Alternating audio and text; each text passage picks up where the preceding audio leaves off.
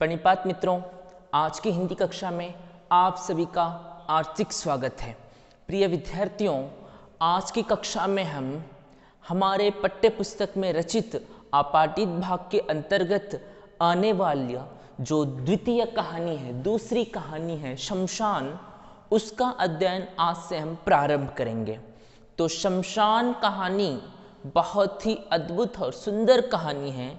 इस शमशान कहानी को जानने समझने से पूर्व हम इसके रचयिता मनु भंडारी जी है, तो मनु भंडारी जी के बारे में हम जानेंगे। उसके उपरांत उनसे रचित शमशान कहानी को बहुत ही अद्भुत ढंग से जानने समझने का हम प्रयास करेंगे। तो लेखिका का परिचय है मनु भंडारी। शमशान कहानी की लेखिका कौन है, कहानीकार कौन है? मनु भंडारी। मनु भंडारी हिंदी साहित्य की सुविख्यात कहानीकारों में से सर्वश्रेष्ठ है।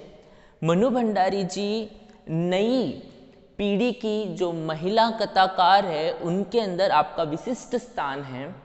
आपने अपने कहानियों में नारी जीवन से संबंधित समस्याओं को मार्मिक ढंग से रेखांकित किया है। आपकी भाषा सजीव, आडंबर शून्य है। आपकी रचना शैली संयत और प्रभावपूर्ण है। तो ऐसे एक महत्वपूर्ण साहित्यकार, कथाकार मनु भंडारी जी के बारे में हम जानेंगे। तो मनु भंडारी जी का जन्म 3 अप्रैल 1931 यानी 3 अप्रैल 1931 ईस्वी को बानपुरा गांव, मंदसौर जिला, मध्य प्रदेश राज्य में हुआ। मनु भंडारी जी का जन्म बानपुरा गांव, मंदसौर जिला, मध्य प्रदेश राज्य में हुआ। मनु भंडारी जी की शिक्षा के बारे में हम कहेंगे तो इंटर तक की शिक्षा, इंटर तक यानी हाई स्कूल तक की शिक्षा मनु भंडारी जी ने अजमेर में प्राप्त की। उसके उपरांत 1952 ईस्वी में हिंदी में एमए की उपाधि काशी हिंदू विश्वविद्यालय से प्राप्त की मनु भंडारी जी ने। उसके उपरांत मनु भंडारी जी का विवाह, मनु भंडारी जी के जीवन साथी को हम देखेंगे तो श्री राजेंद्र यादव है। तो मनु भंडारी जी का विवाह हिंदी के सुविख्यात रचनाकार श्री राजेंद्र यादव जी से हुआ है। तो मनु भंडारी जी के व्यवसाय के बारे में हम बात करेंगे तो दिल्ली के मिरांडा हाउस कॉलेज में अध्यापन कार्य किया। दिल्ली के मिरांडा हाउस कॉलेज में अध्यापन कार्य कर वहां से अवकाश प्राप्ति के बाद संप्रति दिल्ली में रहते हुए अपनी एक साहित्यिक सृजना वे कर रही हैं मनु भंडारी जी। मनु भंडारी जी के एक साहित्यिक जीवन को देखते हुए उनके साहित्य को प्रोत्साहित करने के लिए कई सारे पुरस्कार उनको प्राप्त हुए हैं, सम्मान उनको मिले हैं। तो उसमें मुख्यतः हम देखेंगे तो भारतीय भाषा परिषद कोलकाता से पुरस्कार प्राप्त है मनु भंडारी जी को। उसके उपरांत राजस्थान संगीत नाटक अकादमी पुरस्कार मनु भंडारी जी को प्राप्त है। उत्तर प्रदेश हिंदी संस्थान के पुरस्कार से मनु भंडारी जी को सम्मानित किया गया है। उसके साथ ही साथ हिंदी अकादमी का शिखर सम्मान भी मनु भंडारी जी को प्राप्त हुआ है। तो ऐसे सुविख्यात मनु भंडारी जी कई सारे रचनाओं को रचा है। तो उनके कहानी संग्रहों को हम देखेंगे तो मैं हार गई, 3 निगाहों की एक तस्वीर, यही सच है, एक प्लेट, सैलाब आदि इनकी कहानी संग्रह है। मनु भंडारी जी ने कई सारे उपन्यास भी लिखे हैं, महाभोज, साथ ही साथ 1 इंच मुस्कान। तो 1 इंच मुस्कान मनु भंडारी जी साथ ही साथ राजेंद्र यादव जी दोनों ने मिलके उसकी रचना की है, 1 इंच मुस्कान हिंदी उपन्यास की। तो अब हम कहानी की ओर बढ़ेंगे जो कि मनु भंडारी जी से रचित कहानी है शमशान। तो शमशान में क्या कुछ है इसको हम जानने का, समझने का प्रयास करेंगे। तो पहाड़ी मनुष्य का परिचय देते हुए शमशान से कहती है। जो पर्वत होता है वो पहाड़ी मनुष्य का परिचय देते हुए शमशान से कहता है, जीवन की पूर्णता के लिए, जीवन की पूर्णता के लिए वहाँ फिर प्रेम करता है। मनुष्य अपने लाइफ को कंप्लीट करने के लिए फिर बार बार प्रेम करता है। जीवित रहने की ललक के चलते ही वह हर वियोग झेल लेता है। जीवित रहने की जो लालसा होती है, जो एकदम से, उसके तहत वो हर तरह के वियोग को झेल लेता है, व्यथा को सह लेता है, क्योंकि सबसे अधिक प्रेम तो मनुष्य अपने आप से करता है, कहकर पहाड़ी शमशान से कहती है। तो प्रस्तुत कहानी में मनु भंडारी ने इस सत्य को उजागर किया है। तो मनुष्य अपने आप से ही सर्वाधिक प्रेम करता है। इस सत्य को उजागर करने का काम मनु भंडारी जी शमशान कहानी के तहत हमें बताने का प्रयास कर रहे हैं। मनुष्य की स्वार्थपरता, सुख लोलुपता एवं जीवन की वास्तविकता का परिचय कराने हेतु प्रस्तुत व्यंग्य रचना चयनित है। तो प्रस्तुत जो कहानी है शमशान, एक व्यंग्य रचना है। इसका चयन क्यों किया गया कह के हम देखेंगे। तो मनुष्य की स्वार्थपरता के बारे में आप लोगों को जानकारी प्राप्त कराने हेतु, साथ ही साथ सुख लोलुपता एवं जीवन की वास्तविकता से, जीवन की एक वास्तविकता से आपको परिचय कराने हेतु इस कहानी का चयन किया गया है। तो अब इस कहानी को हम बहुत ही अच्छे तरीके से जानने समझने का प्रयास करेंगे।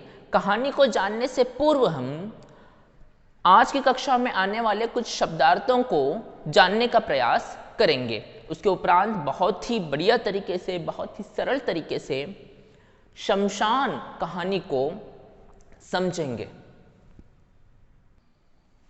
तो अब हम शब्दार्थों को बहुत ही अच्छे तरीके से समझने का प्रयास करेंगे। तो शमशान, जो कि कहानी का नाम ही है, तो शमशान का मतलब होता है शव या मुर्दे जलाने का स्थान।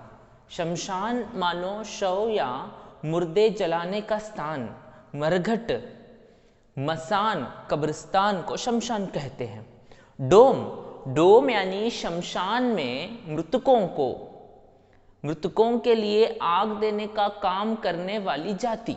शमशान में मृतकों को यानी मरे हुए जो शव होते हैं, शवों को आग देने का काम करने वाली जाति को डोम कहते हैं। शमशान में मृतकों के लिए आग देने का काम करने वाली जाति को डोम कहते हैं। जेही का अर्थ होता है जिस, घट का अर्थ होता है हृदय, मन। घृणा मतलब नफरत।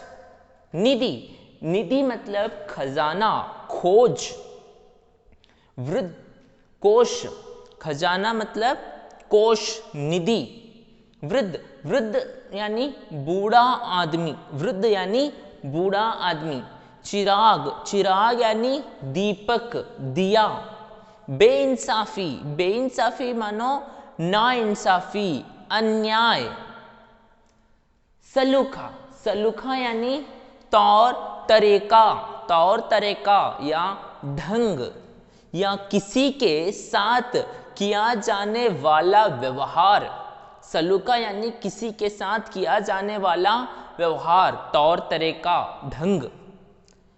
व्यंग्यात्मक यानी व्यंग्य संबंधी, व्यंग्य युक्त जो होता है उसको व्यंग्यात्मक कहते हैं। तमन्ना यानी इच्छा, तमन्ना मतलब इच्छा। वियोग यानी विरह, बिचोह। सावन, सावन वर्षा का एक महीना है जो आषाढ़ के बाद और भाद्रपद के पहले आता है, उसको हम सावन का महीना कहते हैं, यानी श्रावण मास। सुरमाई, सुरमाई मानो सुरमे के रंग का, सुरमाई मानो सुरमे के रंग का, सुरमाई मतलब सुरमे के रंग का। घाटा, घटा यानी घटा, घटा यानी काले बादलों का समूह, घटा यानी काले बादलों का समूह। तो अब हम कहानी की ओर बढ़ेंगे। कहानी को बहुत ही अच्छे तरीके से, बढ़िया तरीके से जानने समझने का हम प्रयास करेंगे। तो कहानी कुछ इस प्रकार प्रारंभ होती है। रात के 10 बजे होंगे, रात के 10 बजे होंगे, शमशान के एक और डोम ने बेफिक्री से खाट बिछाते हुए कबीर के दोहे की ऊंची तान छेड़ दी।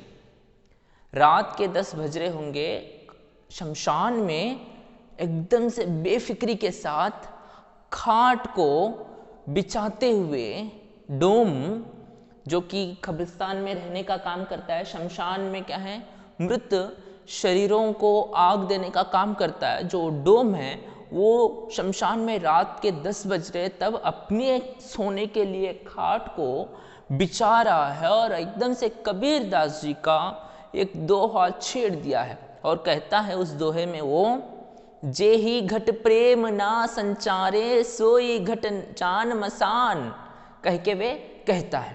यानी कबीरदास जी का एक दोहा है, वो दोहा कुछ इस प्रकार है, जे ही घट प्रेम ना संचारे सोई घट जान मसान, जैसे खाल लुहार की सांस लेता बिनु प्राण, कह के कबीरदास जी कहते हैं। तो उसकी एक तान को छिड़ के कह रहा है डोम, जे ही घट प्रेम ना संचारे सोई घट जान मसान, कह के कह रहे हैं।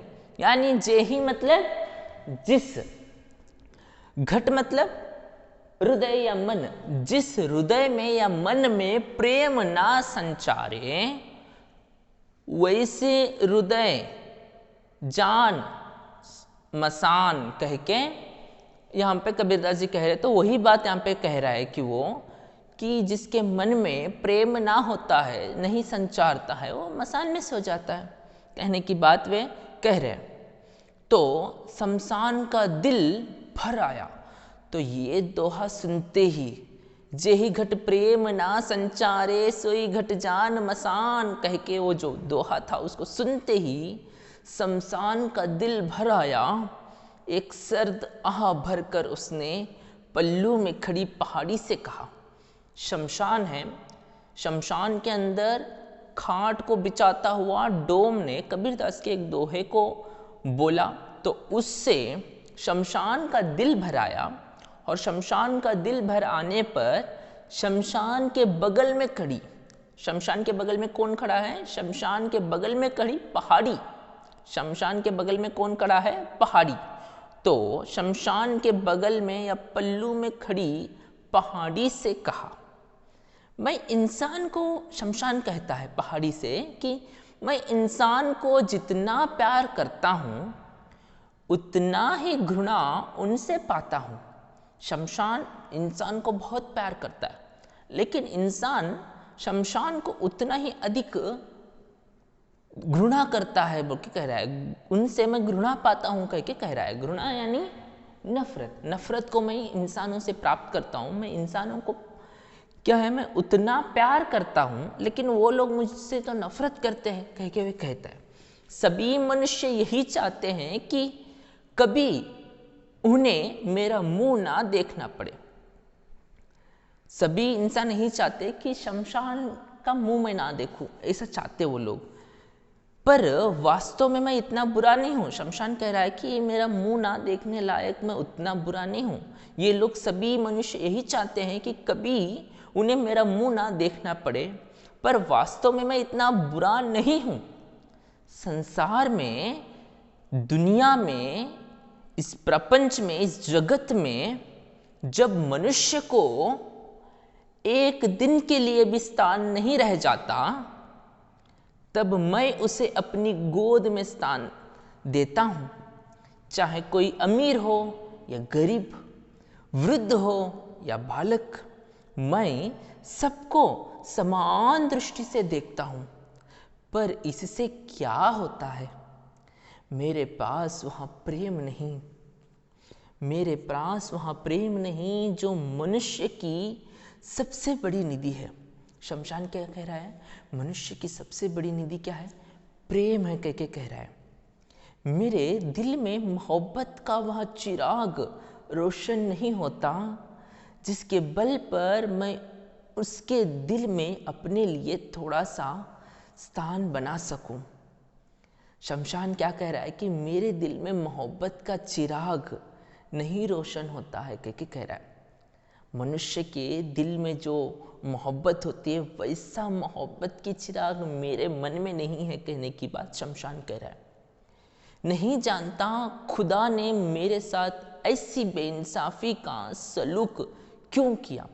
मैं नहीं जानता कि खुदा भगवान ईश्वर मेरे साथ ऐसा सलूक क्यों किया कि मेरे दिल में प्यार मोहब्बत को नहीं दिया, कह के यहाँ पे शमशान कह रहा है। किससे?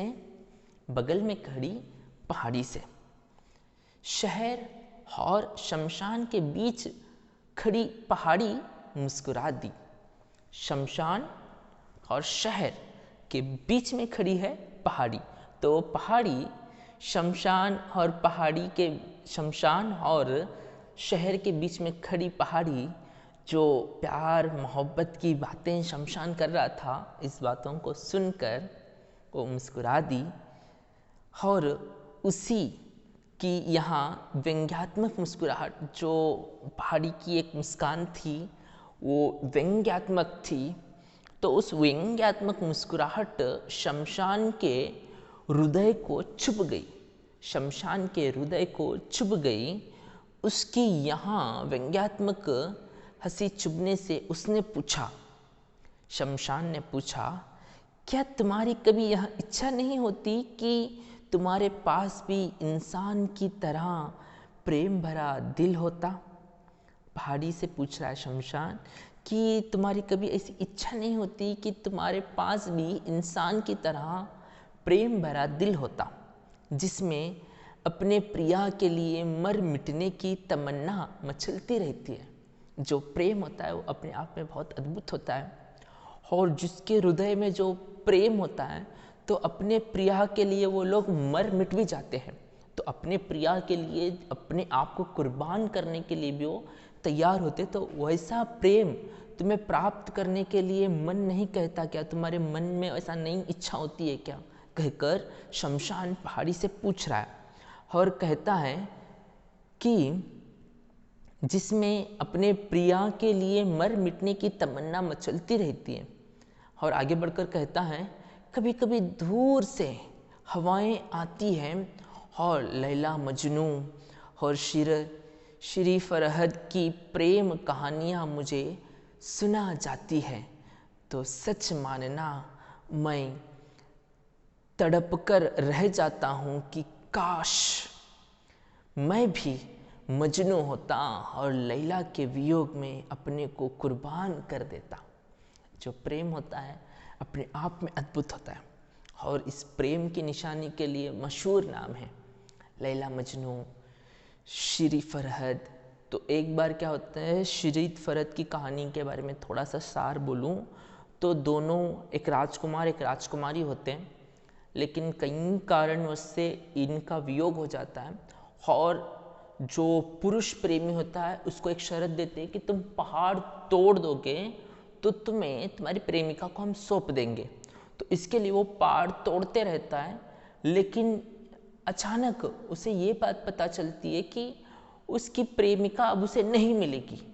तो ये बात सुनते ही जो पहाड़ तोड़ने वाला हथौड़ा होता है उसको आकाश में फेंक कर अपना सिर रखकर अपने आप को वो त्याग दिया, अपने आप को एकदम से कुर्बान कर दिया।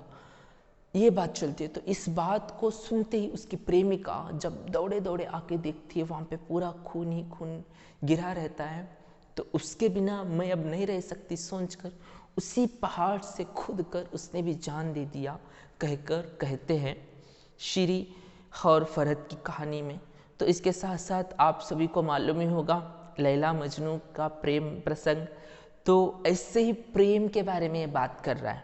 शमशान कह रहा है कि कहीं कभी कभी दूर से हवाएं आती हैं और लैला मजनू और श्री फरहद की प्रेम कहानियाँ मुझे सुना जाती है, तो सच मानना मैं तड़प कर रह जाता हूँ कि काश मैं भी मजनू होता और लैला के वियोग में अपने को कुर्बान कर देता। प्रिया की प्रतीक्षा में, प्रिया को देखते हुए, प्रतीक्षा करते हुए राह में पलकों के पहाड़े बिछार कर बैठा रहता। सावन की उठी घटाएं मेरे मन में उक उठती है। उक का मतलब होता है एकदम से हृदय की तड़प। उक का मतलब होता है हृदय की पीड़ा, हृदय का दर्द, वेदना। तो जो सावन का मौसम होता है उसमें सावन की घटाएं यानी जो काले बादलों का समूह होता है मेरे मन में, मेरे हृदय में उक उठती है। और वासंत यानी ऋतुराज की सुरमाई सांझें मेरे मन में तड़प बनकर रह जाती है। पर क्या करूं, ईश्वर ने तो मुझे शमशान बनाया है, जिसके हृदय में प्रेम नहीं, संक्षता नहीं, शीतलता नहीं, सरसता नहीं, केवल धू धू करती आग की लपेटें हैं, कहकर शमशान कह रहा है। यानी उसको मनुष्य जैसे प्रेम करने वाला हृदय की इच्छा हो रही है, उसको चाह रहा है कि मैं भी मनुष्य जैसे प्रेम करने वाले हृदय को अपने मन में रखूं। ये उसकी इच्छा है, किसकी? शमशान की। एक आंख से शमशान को, ये सभी बातें किसके सामने सुना रहा था? शमशान पहाड़ी के सामने। तो पहाड़ी क्या करती है? एक आंख से शमशान की ओर और दूसरी आंख से शहर की ओर उसमें बसे इंसानों को देखने वाली पहाड़ी ने पूछा। एक बार शमशान की ओर, एक बार शहर की ओर देखकर उसके अंदर रहने वाले इंसानों की ओर देखते हुए पहाड़ी ने पूछा, बड़ी तमन्ना है इंसान बनने की? कह के पूछती है। बगल में खड़ी पहाड़ी शमशान से कहती है कि बड़ी तमन्ना है इंसान बनने की, कह के वे पूछती है। तो इस पे शमशान का उत्तर आता है। शमशान ने कहा, तमन्ना मनुष्य के पास जैसा प्रेममय हृदय है, मनुष्य के पास जैसा प्रेममय हृदय है, उसे पाने के लिए मैं अपने जैसे 100 जीवन भी कुर्बान कर सकता हूं, कह के शमशान कहता है। मनुष्य के पास जो हृदय है, प्रेममय हृदय, उस हृदय को पाने के लिए मैं मेरे जैसे लाइफ को, मेरे जैसे जीवन को ऐसे 100 जीवन भी कुर्बान कर सकता हूं, कहकर शमशान कहता है। पहाड़ी मुस्कुरा देती है। तो इसके उपरांत क्या कुछ होता है इसको हम अगली कक्षा में जानेंगे। शमशान की बड़ी तमन्ना है कि मनुष्य के पास जैसा प्रेममय हृदय है उसको वो पाए, क्योंकि मनुष्य हर पल, हर क्षण किसी को चाहते रहता है, प्रेम करते रहता है। तो और अपनों के लिए मर मिटने की उसके मन में एक ललक होती है। तो ऐसे हृदय को पाना चाहता है। तो सच में क्या मनुष्य का हृदय ऐसा ही होता है? मनुष्य क्या दूसरों से इतना प्यार करता है? इस सब के बारे में हम अगली कक्षा में बहुत ही बढ़िया तरीके से जानने समझने का प्रयास करेंगे। तब तक के लिए आप अपने घर में रहिए, सुरक्षित रहिए और बहुत ही अच्छे तरीके से हिंदी भाषा विषय का अध्ययन कीजिए। आप सभी को बहुत बहुत धन्यवाद।